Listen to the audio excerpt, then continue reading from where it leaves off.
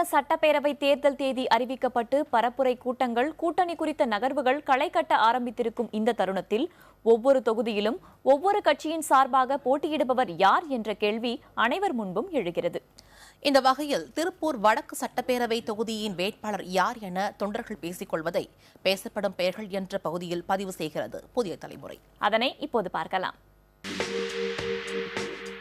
நாட்டின் மிக முக்கிய தொழில் நகரங்களில் ஒன்றான திருப்பூரின் வடக்கு சட்டப்பேரவை தொகுதியில் வனத்துறை அமைச்சரும் கட்சியின் திருப்பூர் மாவட்ட செயலாளருமான MSM ஆனந்தன், கட்சியின் திருப்பூர் ஒன்றிய செயலாளர் விஜயகுமார், திருப்பூர் மாநகர கவுன்சிலர் ராதாகிருஷ்ணன் ஆகியோரில் ஒருவர் வேட்பாளராகும் வாய்ப்பிருப்பதாக பேசப்படுகிறது.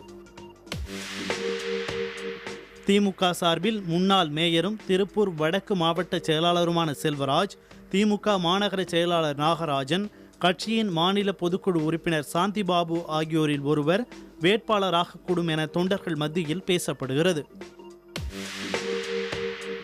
மக்கள் நல கூட்டணி சார்பில் மதிமுகவிற்கு இந்த தொகுதி ஒதுக்கப்பட்டால் கட்சியின் மாவட்ட அவைத்தலைவர் துரைசாமி, மார்க்சிஸ்ட் கம்யூனிஸ்ட் கட்சிக்கு ஒதுக்கப்பட்டால் அக்கட்சியின் மாவட்ட செயலாளர் காமராஜ், இந்திய கம்யூனிஸ்ட் கட்சிக்கு ஒதுக்கப்பட்டால் அக்கட்சியின் மாநில துணை செயலாளரும் முன்னாள் எம்பியுமான சுப்ராயன் ஆகியோரில் ஒருவர் வேட்பாளராக கூடும் என தெரிகிறது.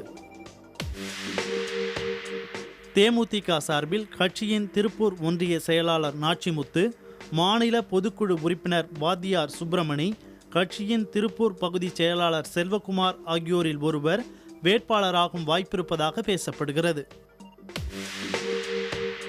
காங்கிரஸ் சார்பில் கட்சியின் மாநகர செயலாளர் மோகன்ராஜ், கட்சியின் திருப்பூர் தலைவர் கிருஷ்ணன், மாநகர காங்கிரஸ் துணைத் தலைவர் ராமசாமி ஆகியோரில் ஒருவர் வேட்பாளராகும் வாய்ப்பிருப்பதாக தொண்டர்களால் பேசப்படுகிறது.